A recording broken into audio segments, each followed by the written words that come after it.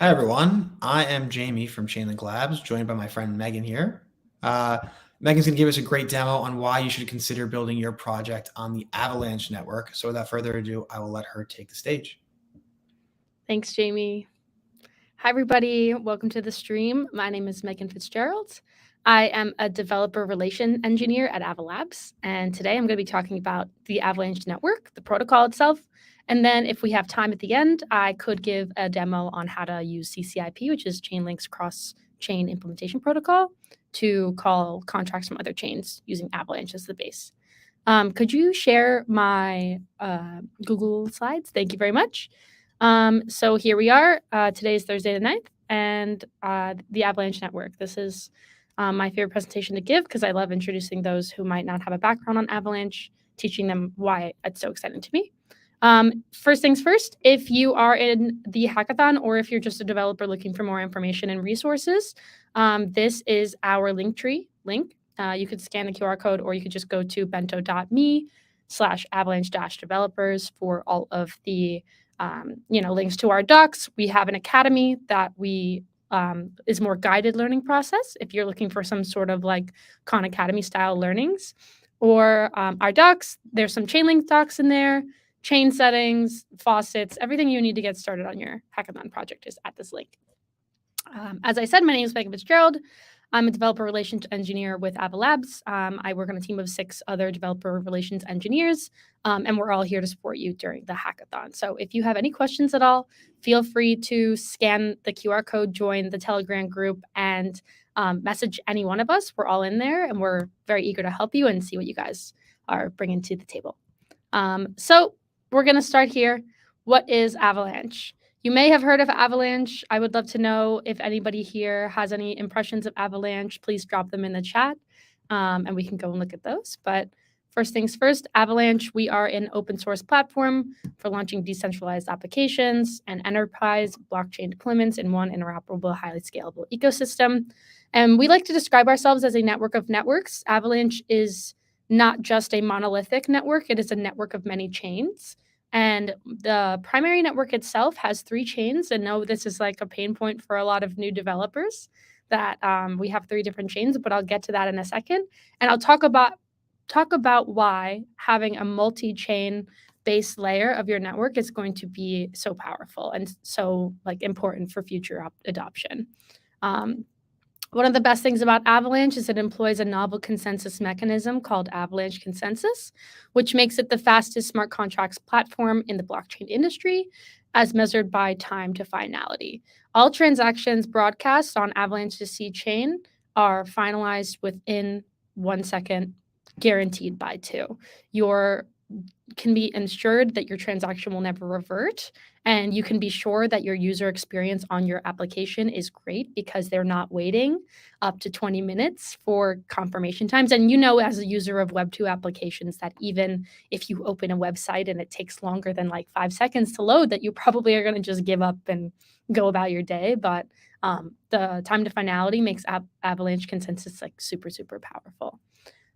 If you're not sure of what finality is, I've given a brief explanation here. Finality is the speed at which transactions are confirmed and considered immutable on the blockchain. So it is the speed that it takes a transaction to be considered irreversible. I know that other consensus mechanisms usually commit transactions, and you can go to the block explorer to see the transaction has been submitted to the network, and you can see all of the transaction information. But sometimes that transaction is not finalized for upwards of 20 to 30 minutes, and that's just because of how long block times can be on other networks. In Nakamoto consensus, which is used in Bitcoin and Ethereum, block may be included in the chain, but then removed and potentially wait an hour for transaction settlement. So if your block is included on a chain that eventually is thrown off the heap because there's a competing fork of that chain that ends up winning, then that transaction gets thrown back into a new block and has to wait a little bit longer for the settlement time to occur. So like I said, Avalanche employs the fastest consensus mechanism of any layer 1 blockchain. Hands down, it's super quick and it's super trustworthy. There's quick finality and low latency. In less than 2 seconds, your transaction is effectively final. So I like to give the analogy of roads. Like sometimes it's just talking about how long it takes you to get from point A to point B. And I think it's a pretty straightforward. And I assume that most people in the hackathon are experienced app developers or experienced smart contract developers. Maybe even we have some virtual machine developers. So this is a pretty simple explanation. But just to explain the primary network, like I said, the primary network of Avalanche has 3 chains. Though all of our subnets are also considered to be on mainnet and at the same level as the primary network. The primary network is what secures the Avalanche blockchain. So it's secure, it's scalable, it remains performant even under really heavy loads, like the Avalanche C chain is. I guess I'll wait until I get to that slide, but it's energy efficient and lightweight. You can run it on consumer grade hardware. It's really easy to run a node. If you want to start validating the network, you can head to our docs and look and see how to do that. It's pretty simple, and there are many ways to do it. There's over 1,000 live dApps with many more in the pipeline, and the primary network is made up of 3 chains.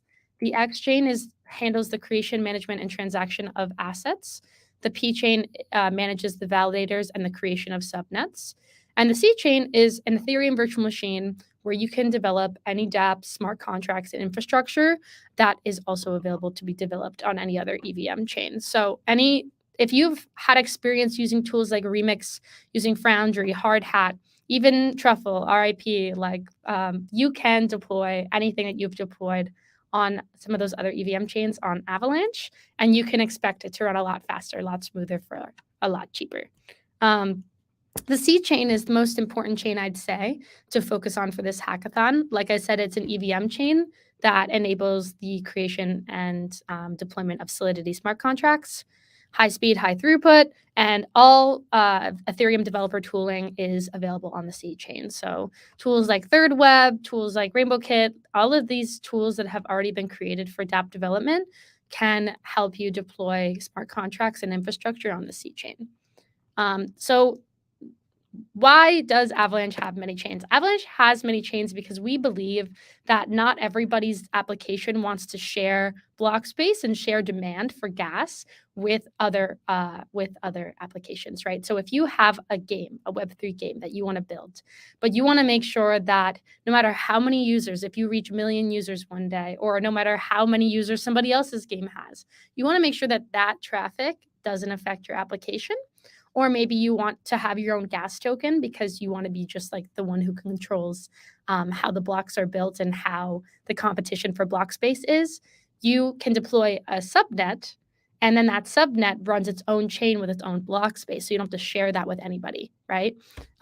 This is what makes Avalanche so powerful. So right now, Avalanche mainnet, on average, since it looks like about March, has used over 900 billion gas per day. And just to compare that, Ethereum does, for the past year, I believe about 100 billion gas per day. So it's about 9 to 10 times more gas used per day than Ethereum. And that's just because of the ability for people to deploy their own subnets and then be the owner of their own gas and their own block space. The combined throughput of the Avalanche network per day is over 10 times bigger than that of Ethereum, just because Ethereum, like I said, is a monolithic chain and Avalanche is a network of many networks, right? So this is a great representation of what the Avalanche network looks like right now. You can see all the red dots are the chains, all the blue dots are the validators, and all the darker dots are the subnets. Oh, sorry, the light blue dots are subnets, the dark blue dots are validators. So you can see kind of that the chains, like one validator can validate many chains. You can have multiple chains in one subnet, and then you can have multiple validators validating different subnets, right? So it kind of creates this lovely like snowflake looking graph, which is kind of ironic, but yeah. So I've already touched on it so far, but a subnet is a network with its own rules regarding membership, token economics, and execution layer. So that's a lot. That's a huge mouthful. What do we want you to know about a subnet for this hackathon? For this hackathon, all you need to know is that you can simulate your own EVM, or you can simulate your own virtual machine if you want to write a custom virtual machine for this hackathon. That would be awesome. But you can run a node or run a network of nodes on your local machine, which runs its own blockchain. And then that blockchain, if it's a copy of the EVM, will host your application. And so what does this do for you? That means that you can have a higher TPS if that's something that you need for high-speed gaming. You can use more of that chain space for data if you want to store your data that way. If you want to use a subnet as a data availability layer for a dApp deployed on another chain, you could probably do that with CCIP, Chainlink CCIP, or you could do that with another cross-chain protocol. But basically, a subnet is a subset of validators, so it's not every validator in the Avalanche network. It is a subset of those, at least 5. We like to recommend 8 for things in production, but for the purpose of this hackathon, you can feel free to even use 1 or 2. And they validate their own chain.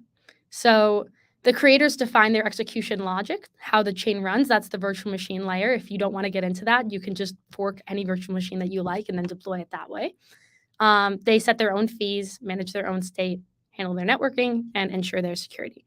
Now, the security already comes built in with the networking provided by Avalanche Go, which is the consensus layer. But if you want to toggle that in any other way you can, then you can feel free to do that. So subnets are independent networks that easily scale. They have way lower latency, and you can have even higher TPS because you are the one who owns the space. Again, it is your real estate. It's free real estate, right? You can do whatever you want with your own chains in your subnet. And this says lower transaction costs, but if you deploy a chain on a subnet and you don't see any need to have an economy based around your chain's token because you are going to be running all the nodes, then the token is just a mechanism to ensure there's no DDoS attack. And so it doesn't have to have any value. You can just mint in bulk when you deploy the subnet as many tokens as you want, and then you can provision those across your nodes and across the transactors in your network to essentially make gas for free. So, kind of beating a dead horse at this point. If there's a lot of traffic on subnet A, it's going to have nothing to do with subnet B and subnet C. If you're running your own network, it won't be impacted by people who are also running their own networks. When do you want to use a subnet instead of C-chain? When you want a native gas token, if you need higher throughput, if you need stricter user access control, if you have an application that you want to deploy, but you need to ensure that all the validators are region locked, or that all of the users are region locked, or all of the users are approved users, then you can do that. Or if you want virtual machine customization. So if you want to run the SVM, but you want to use a different consensus mechanism, just deploy it as an Avalanche subnet. Avalanche Warp Messaging is our native messaging protocol that allows for sending messages as bytes to and from other subnets. It's kind of what allows them to talk to each other and makes the network as a whole interoperable with the subnets itself. Let's see. Subnet customization. So I kind of talked on this already. Right now, Ethereum runs Gasper for its consensus engine. It has the EVM as the execution environment, and Solidity is the smart contract language of those who are developing on Ethereum, right? If you want to deploy a subnet on Avalanche, it'll run Avalanche consensus. It'll have that sub-second finality, but you can have any execution environment that you prefer. So like I said, the SVM, the EVM, your own VM. We have our head of engineering here at Avalabs, Patrick O'Grady, who also is the inventor of the Rosetta API for Coinbase. He wrote a couple of different example VMs with his Hyper SDK, which is something I won't touch on today because I don't know if it's super relevant for this hackathon. But if you have any questions, you should definitely check out docs.avox.network for more on that. But he wrote a token VM, and the smart contracts are in that chain can be executed, I believe, in Rust. Anything that compiles down to WASM. But it's just, again, if you're going to run your own network, you get to be the one to make all of these decisions for it. It's not difficult to deploy a subnet. You can use the CLI tool that we make here at Avalabs, or you can use AvaCloud, which is our institutional and like our product for developing a subnet. If you want somebody else to deploy it for you and manage it whenever it needs an upgrade, then you can talk to AvaCloud.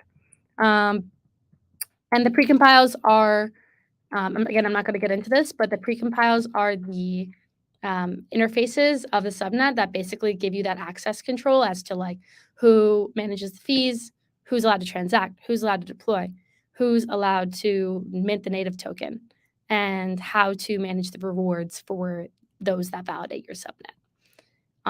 Some of our most notable subnets, actually, 3 out of 4 of these examples are games. Or not games, sorry. 2 out of 4 of these examples are games. So DeFi Kingdoms and Shrapnel are 2 very fun games, very different games that have been deployed on their own subnet and run all of their game logic and application logic through the smart contracts that they've deployed on their chain. Dexalot is a central limit order book, so that's more of a DeFi use case. And Intain Markets is a tokenized structured credit platform with this blockchain-enabled administration. So maybe not a DAO per se, but using blockchain and smart contract logic to define how to trust the protocol itself and trust the users with the protocol. If you want to learn any more information about any of the topics that I've touched on so far, you can go to Avalanche Academy. That's academy.avox.network, and take any of our 3 courses that we have in production right now. We're working on a couple more to talk about Avalanche fundamentals, subnet architecture, customizing the EVM, and then we have a cross-subnet communication protocol called Teleporter that we're going to be launching soon. And we have a course that is ready to go for that as well. So see that in the next few weeks. I'm going to go back and look at the chat just to see if there are any questions. And if not, we can get ready to go through the bootcamp for how to use CCIP with Avalanche. Let's see. I'm just scrolling through here. Hello. All right. Any questions on anything I just went through? I think I covered that in record time. All right. I'm going to go ahead and move on. Okay. So why would Avalanche be the chain that you would want to build your dApp on for the Chainlink Hackathon? So for the Chainlink Hackathon, we have encouraged everybody to try to do their best to incorporate some sort of cross-chain functionality in their application if they want to use CCIP. Now, CCIP is just one of Chainlink's tools. They have very many developer toolings, but if you want to use Chainlink functions, we really want to see Web2 APIs brought onto Avalanche. So if you want to deploy an application that can do something with that, that would be fantastic. Or if you're thinking about Web3 gaming, you can use Chainlink functions to, enable a Web3 game. Maybe you build that on the subnet. Maybe you build that on the C chain. And then what else? We also at Avalanche, in the past few months, have really been warming up to SocialFi. We really find that SocialFi probably is on the brink of an explosion as far as user adoption and user engagement. People love it. We see what it's like to, interact in an environment where you are kind of in control of your data and control of who sees it. It's nice. It kind of gives a little bit of power to the people. But today I'm just going to be showing you how to use CCIP to send an arbitrary message from an Avalanche application to an application on a secondary chain. So right now we kind of see an issue. There are many protocols deployed out there or not deployed out there, but offerings out there to help bridge the gap between chains, literally and figuratively. We see companies dedicated just to deploying bridges so that people can safely trust an entity to help them bridge their asset from one chain to another. But a big issue with this is that you have to trust that centralized entity, and everybody knows that in this industry and in this realm, we kind of don't want to always have to trust just a single point of failure. Because if we do, then we admit that maybe one day, if the servers go down, our customers, our clients, and our users won't be able to access and execute the functionality that they are used to, right? Just because, it might just be where the server is run that is holding, the infrastructure that helps initiate those actions, right? Or we always fantasize about the, centralized bad actors who are then making decisions that go against the opinions of the common people, or like the good people, right? So the core capabilities of CCIP is that they enable like you to send arbitrary messages in the form of bytes from a receiving smart contract to a destination smart contract. You can initiate token transfers from one chain to another chain, and Chainlink claims that the centralized, or not the centralized entity, but like the entity that's actually facilitating this transfer for you is a decentralized network. It's called the DON. I forget what the O stands for, but it's DON, decentralized network. And you can have programmable token transfers. So if you have an app on one chain that needs to call an API on another chain to like check that your wallet is holding some asset, or maybe allow you to take out a loan on chain A that is collateralized against funding that you have on chain B, that's something that could be really cool. Some of the examples, I kind of already went through the examples of apps we want to see, and that somewhat covers this slide, but this slide is also shared on the link that is in the chat. So if you want to go back and review this, you can yourself. And this page just shows you what networks have already early access mainnet. So if you want to deploy your application on mainnet, once it is fully vetted and tested and audited, you can feel free to do that on the 4 chains that you see there. And then there are it looks like 7 chains that have a general availability of testnet to test out this protocol. So let's get into building with CCIP. I'm going to go through the demo that covers arbitrary messaging. This is just sending a message. It's going to be text, and it's going to be compiled into bytes, sent to the chain B, and then you can use the Explorer, or you can use any application online to change your hex into text and view your message on that destination chain. It seems pretty simple, but I think it's pretty powerful functionality. And I'm going to be helping demo that today. You can also use arbitrary messaging to trigger an informed action on the receiving smart contract. If you have a more complex application for your hackathon project, this is a really great way to incorporate Chainlink technology to help you qualify for some of those bounties. And of course, it's a great technology that you would, it would suit a lot of the projects really well to use this one.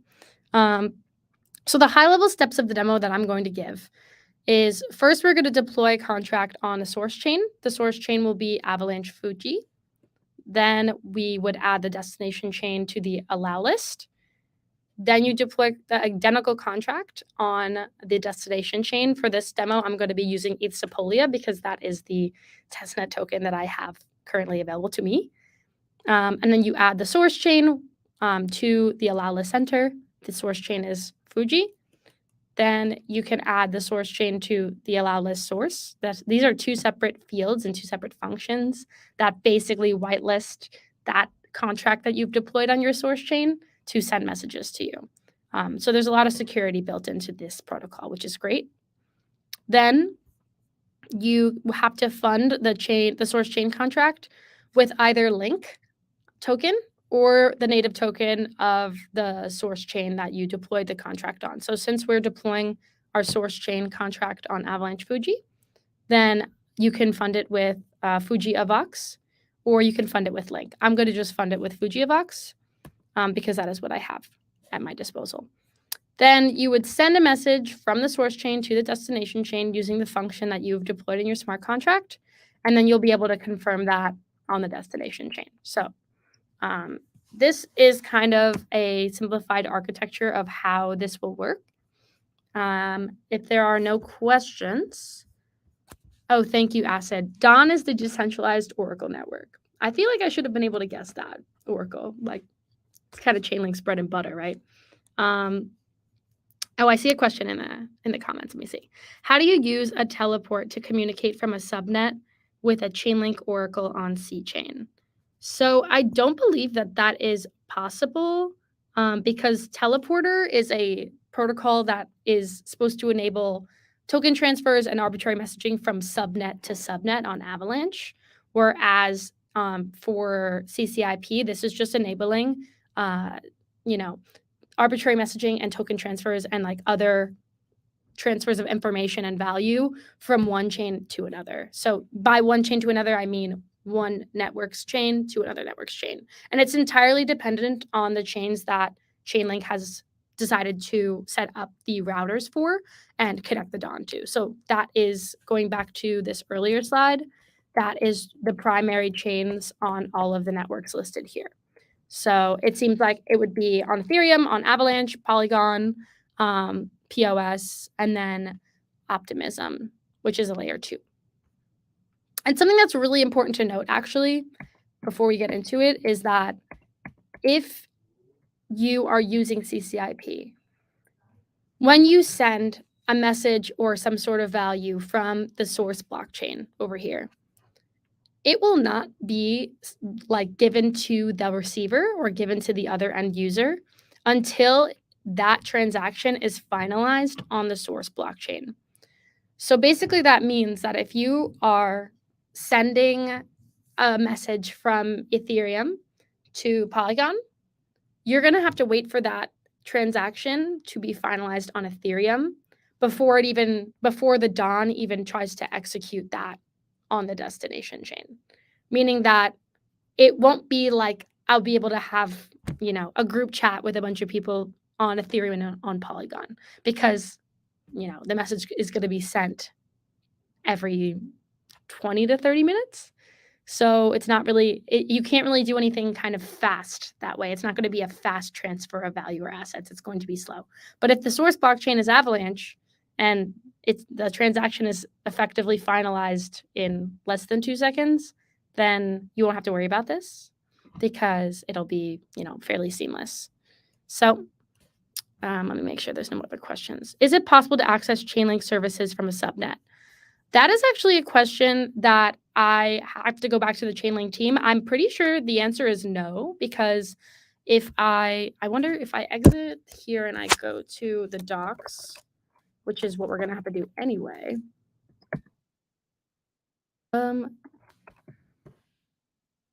Why is it Google searching it? Isn't it chain.link? Just go here. CCIP. Well, this is a Chainlink Explorer. Sorry, guys. I don't use Google Chrome ever. I usually use Brave, but many things. Okay, so products, cross-chain communication, and then docs, CCIP. So supported networks. Here's the page. This is like the most important reference page, and let me know if this is too small for you guys. This is the most important reference page you'll have to use if you're going to be working with CCIP this hackathon, because this is the page that provides you with all of the field information you'll need to fill in when deploying your smart contracts. So I believe that the only supported networks are the ones supported here. And that's because Chainlink employs a router mechanism that actually is the one that takes your transaction from the source chain and gives it to the DON and like proposes it to the DON. So if there's no router set up for your subnet, then CCIP won't work with that. But that isn't to say that if you deploy a subnet and then one day you decide that you want to work with Chainlink to use CCIP to enable that kind of cross-chain communication, then that sounds like it might be a possibility, especially if you're really passionate about the project and, it's seen some success. But it seems like right now the answer to that question is no. And I think that honestly, the best way for you to help choose your chains is to see where you would like to deploy in the first place, whether that be Avalanche or elsewhere. And then if you want to use CCIP for cross-chain functionality, you kind of have to go through the docs here, look on the right for the test networks that you're planning on using, and make sure there's a lane. So if you want to use Avalanche as your source chain for your hackathon project, then you have 3 choices as to what the destination chain can be. So again, since it's a hackathon and it's all hypothetical, you should be building on a testnet. And if that were the case, then I would probably choose one of the 3 here. Whatever is easiest for you. As far as getting test tokens to test all of this infrastructure out, you can go to the faucets that I linked in the bento that I had posted in the chat in the beginning, or you can reach out to me directly on our Telegram and I can give you more tokens if that's going to help you with deploying things.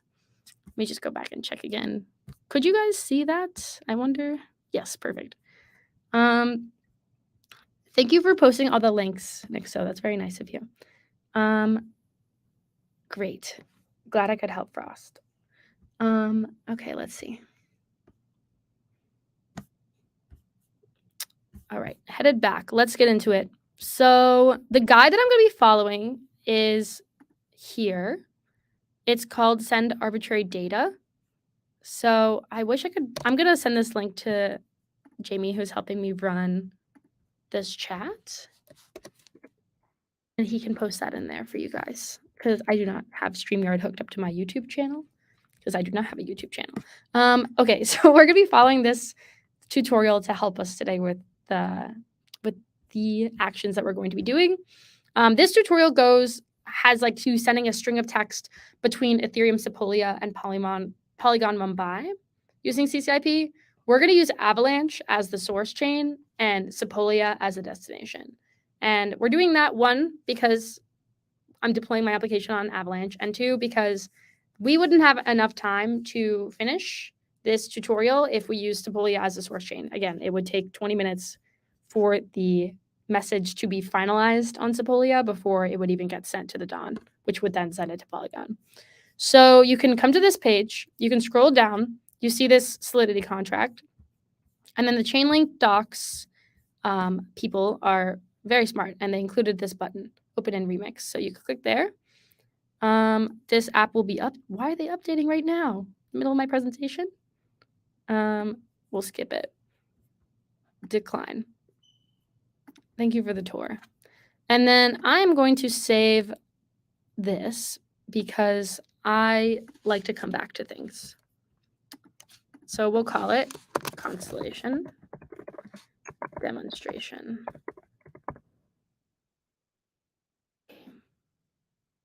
So now, where did my...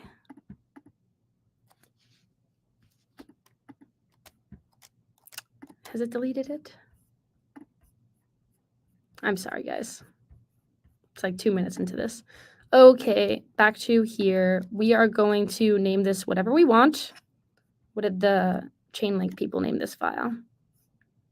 I guess it doesn't matter, actually. So I'm going to create a new file. I'm going to call it CCIP demo.sol. I'm going to paste my code. I'm going to ignore the message from Remix because this is just a demo and I'm not deploying anything into production. I will make the text a little bit bigger so that everybody can see.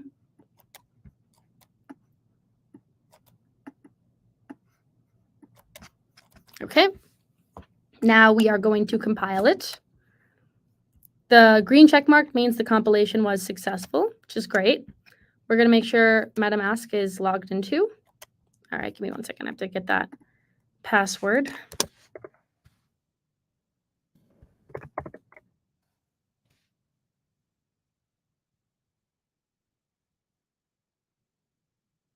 Okay. And the first place that I'm going to deploy is Fuji. So I'm going to make sure that my network is set to Fuji. I have a certain number of test avocs. As long as you have 0.002, I believe this should be fine. And then after you compile, you're going to click on the deploy tab. You're going to hit the environment. You're going to choose injected provider, MetaMask. If you have more than one wallet extension, sometimes this can be a little tricky. My advice to you would be to disable one of the two and then use the one that you prefer. But if not, you should just double check that the network is set correctly. So the network ID for Fuji is 43113. So I know that right now it's on the network that I desire it to be. So then we're going to go down to deploy. If you press the little caret, you can see the fields that you need to fill in. And you need to find the router address of the CCIP router on your source chain and the address that link token is deployed on that chain. So like, as you guys know, ERC20s can be bridged and can be minted on multiple chains if that's, how the protocol wants to treat its token, / like if that's just like a need. If you need to bring Link from its source chain to another chain, you need to wrap it, and then it's going to live at a different address on that chain. They can't all be the same. So the way that we find the router and the link address is we go back to the tutorial, and on the left-hand side here, we go to supported networks. We find Avalanche because we decided we're going to do that on our source chain. And then you have to find the router that is associated with the lane. So since we are going from Avalanche Fuji to Ethereum Sepolia, we're going to click there. We're going to scroll up to where it says Avalanche Fuji. The router address is here. So I copy this. I go back to Remix, paste there. And then the link token is here. Now, if you don't have any link and you just plan on using a Vox to fund this transaction, that's fine. It's just a requirement for deploying that you provide these two for this example Solidity contract. I'm going to click Transact. It's going to prompt me here, and I'm going to click Confirm. And then we should see a message here that it was deployed. If you want to double check, I'm sure you can go to a block explorer, but we don't really need to do that, but I might as well. Well, it's Fuji Snow Trace, right? Fuji Snow Trace. Snow Trace is the Etherscan clone that we have for Avalanche. And you know that you're on the right one because it says testnet up here on the top left. So this transaction hash happened 32 seconds ago, and the transaction fee was 0.07. The gas price, whatever. But yeah, this is creating our contract, which is here. I highly recommend that you save this in a note somewhere if you plan on doing this demonstration for the first time, or if you want to come back to it again in the future, just because that'll help you re-upload the interfaces to Remix and then reuse those things. Let me just double check that there is no questions in the comments. All right, looks good.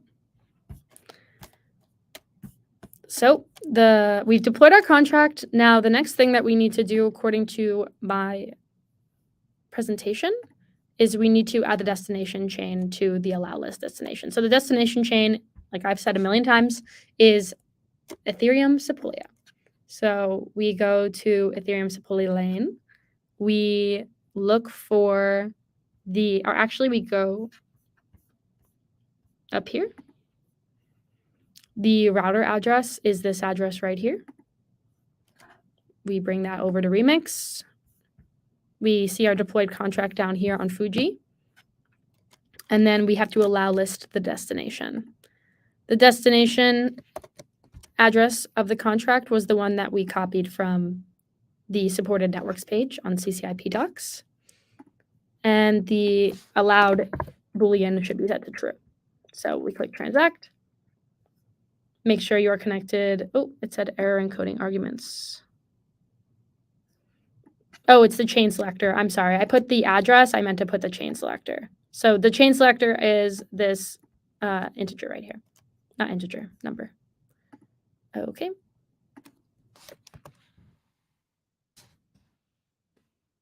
There, allowed is true. Transact. To prompt me, I make sure I'm on Fuji still, and I confirm.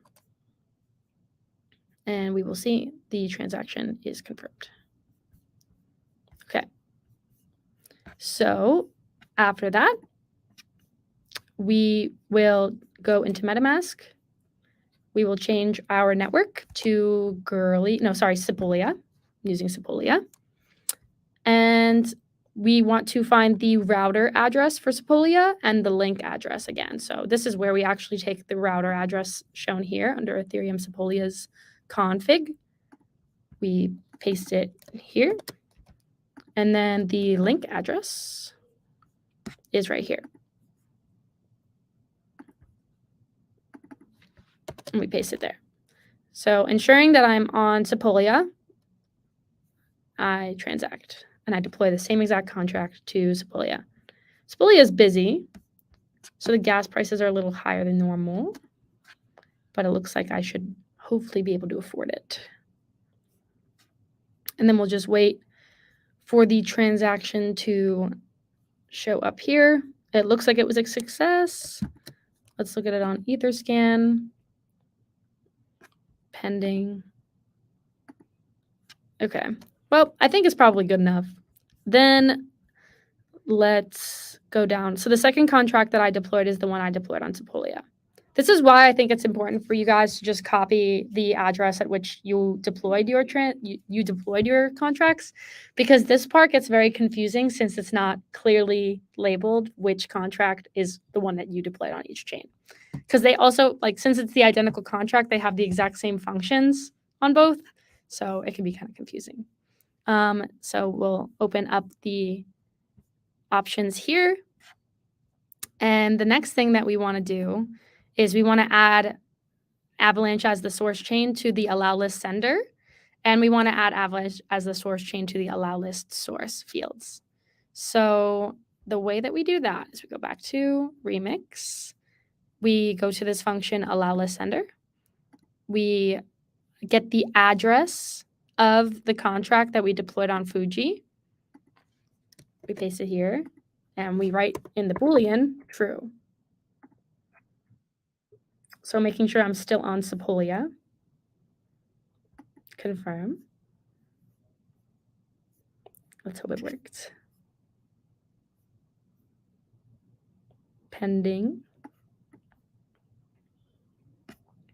And it has been broadcast.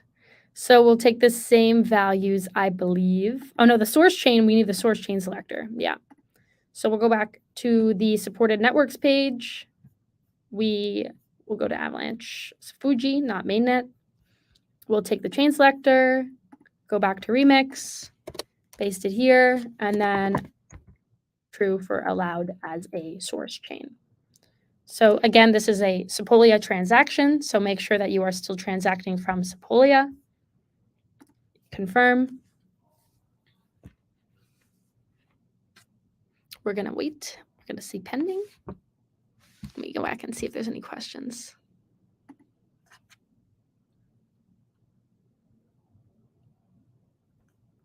Great. So that was confirmed. And you can actually confirm that both of these are set to true according to the, chain state by taking the address here and then coming down. The blue functions on Remix are read functions, and the orange functions on Remix are the write functions. So the orange functions are the one that actually change the state of the smart contract, and the blue ones are free and don't require any gas. They just read the contract for you. So we are going to see allow list sender. The sender is the one with the address. Is that? Yeah, that's my address. And I'm going to call, and it should be true. Great. Then the allowed list source is going to need the chain selector, because that's what you set on the allow list source. And then you click call, and it should be true. Perfect. And let's just double check that for our Fuji contract as well, that we have whitelisted the destination chain, which is Ethereum Sepolia. So we'll take this from here. Allow list destination chain. I don't want to copy with the parentheses, so let's just go up here, grab the chain selector, go back to Remix, change our network to Fuji, scroll down, and then the allow list source chain, yes. And that should, it's false. Sorry, not source chain, because this is the destination. Wait, no, this is the source chain contract we're sending to the destination chain. So we need to make sure the destination chain is true. Okay, great. So now that seems like a lot of work, and it was a lot of work, but now you can use these two contracts to communicate with each other from here on out. And if you were to write your own version of smart contracts with functions similar to this, but that could be called from any user in your dApp, or can be called by, some whitelisted set of users from your dApp, then in theory, anybody using your application could make cross-chain messaging calls. The only other thing that we still need to do before we can send a message from our chain Avalanche to Ethereum Sepolia is we need to fund the contract that is sending the message with some sort of token. So we need to either fund it with Link or we can fund it with native tokens. I'm going to fund it with native tokens, but this is some other thing you have to consider if you're planning on using this technology in your hackathon project or implementation, is if you are enabling your users or some user to make a cross-chain call or a cross-chain right, if they need to pay gas for some arbitrary transaction, then you need to consider how you're going to handle that financially. Are you going to pass that charge onto your user, or is there going to be some other fee somewhere else that is going to then fund this contract and use those funds to pay for these calls? That is something that you have to think about yourself and decide. And there's two easy answers. You either make the user pay for it or you don't make them pay for it and you cover the costs, or you can have some very above me economic, you could define your own economics in any way you want. So that's basically what I'm trying to say here. So then I will take my my source contract address. So this is the source contract on Fuji. I will send it I think 0.1 Avax should be enough to pay for one arbitrary message. So I'm going to send to my smart contract 0.1 Avax.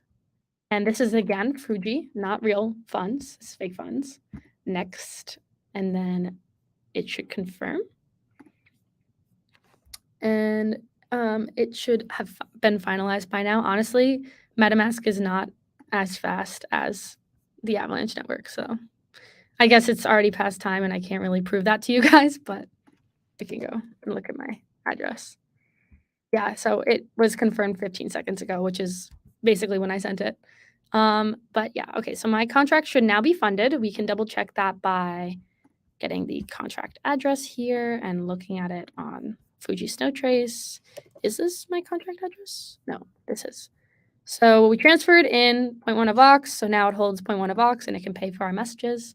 And finally, without further ado, we can send a message to Ethereum Sepolia. So send message, pay native. So there's two functions in this smart contract. This is pay link and pay native. Like I said, I'm going to use Avax, so I'm going to pay native. The destination chain selector is Ethereum Sepolia. The receiver is the contract I deployed on Ethereum Sepolia, which is this one. And the text, who wants to give me some text? Anybody? What message should I send from Avalanche to Sepolia?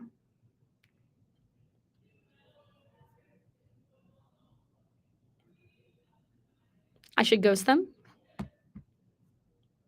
All right, well, I'll come up with something myself. Ghost. Okay. I'll just send them ghost. Ghosted. Transact. Confirm. Now we wait. And actually, this is when you can see this was confirmed on Avalanche. We're going to take the transaction hash. And while you could view it on Snowtrace and you can confirm that the transaction has been finalized here after 5 block confirmations, you actually need to now, in order to know whether or not it showed up on Sepolia, you could go to the Sepolia block explorer, but Chainlink has their own block explorer. I believe Chainlink block explorer, here it is, ccip.chain.link. It's the same hash as the transaction was on the source chain. And it's been committed to the Dawn, so it was finalized on the source chain. And you can see here that here's our message, and then those are the other two fields. Now, the only thing keeping us from seeing it on Ethereum Sepolia is Ethereum Sepolia's finality. So that message will be confirmed, and I'll paste this transaction hash into our chat, and it can be shared with you guys if you want to confirm it in 20 minutes. But essentially, we have just sent a message from one chain to another, and we could do that until our money runs out now. So that's basically how you deploy CCIP or use CCIP on Avalanche, and you could use that with any of the other chains that Chainlink enables you to do so. So are there any questions? I know I kind of went through that pretty fast, but I think I'm really happy that I didn't run into any technical issues, because sometimes, especially with Remix, as not like a local environment, something I can save and know where everything is, it can be a little bit confusing. But oh yeah, there, it was a success. So let's go to the destination transaction hash. Here is different than the one from the source chain because the Dawn executed it. But where can I see? Let me see that on Sepolia. Sepolia Etherscan.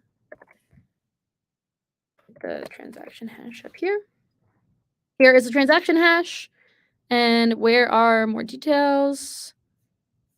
View input as original? No. UTF. Anybody know how I view this as text and not a hash? This is not my transaction. Did I copy the right one?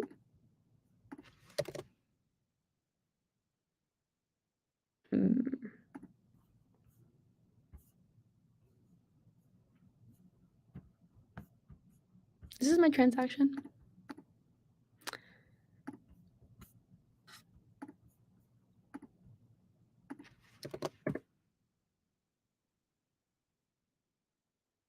It might not have been finalized, actually. Or, but it still should show up in the Block Explorer.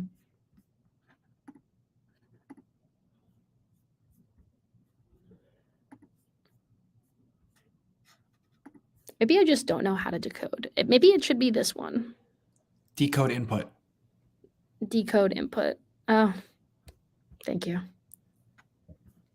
That was all the chat. Did that work? I don't think so. I think if I take, it should be the third field, right?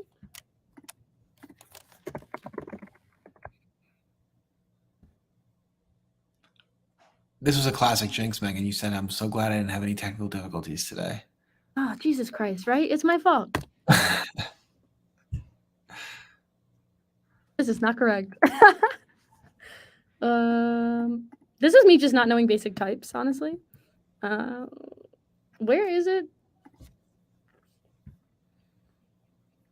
Maybe it's one of these two. I don't know. Anybody know how to decode this? Is it really decode input data? Because I didn't see anything. Oh, unless. Where are all these fields coming from anyway? Is this probably the way that the Dawn is executing it on the destination chain? I feel like I've been able to see this pretty easily in the other demos I've given before.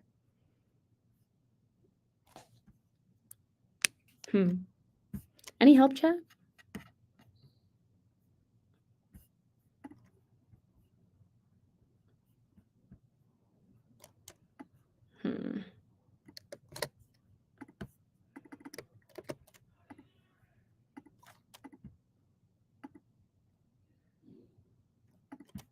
Well, now I'm just embarrassing myself on camera, so.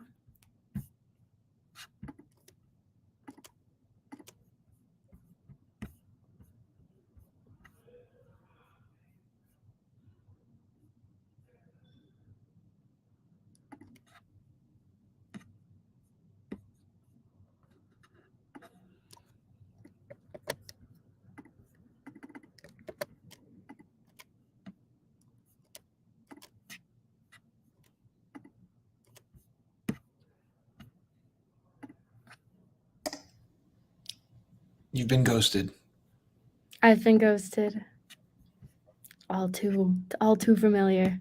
We're getting some more comments saying that it's in the raw report field. It is, and I just couldn't see it. I'm not sure. Okay.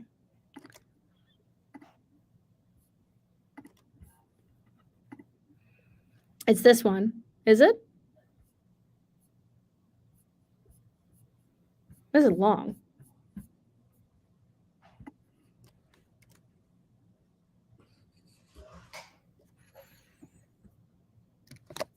Oh, it's in there. Oh, I get it. Okay. Ghosted. There it is. They were right. Woo.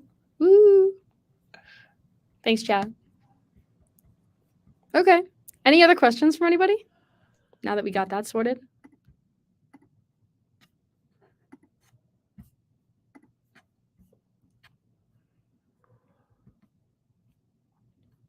Oh, you could also check the contract to read it. That's true.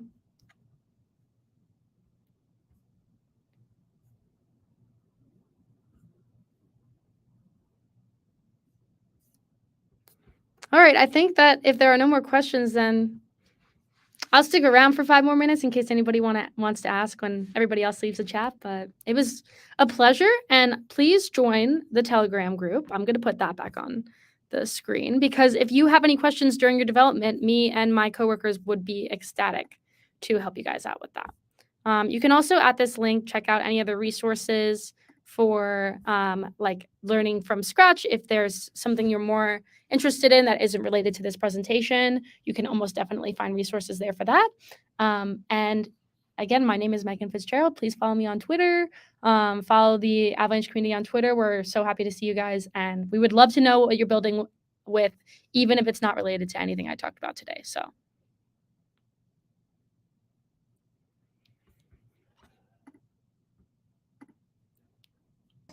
Okay, I'm going to end the stream from here. Thanks, Alrighty. everyone. Thanks, everybody.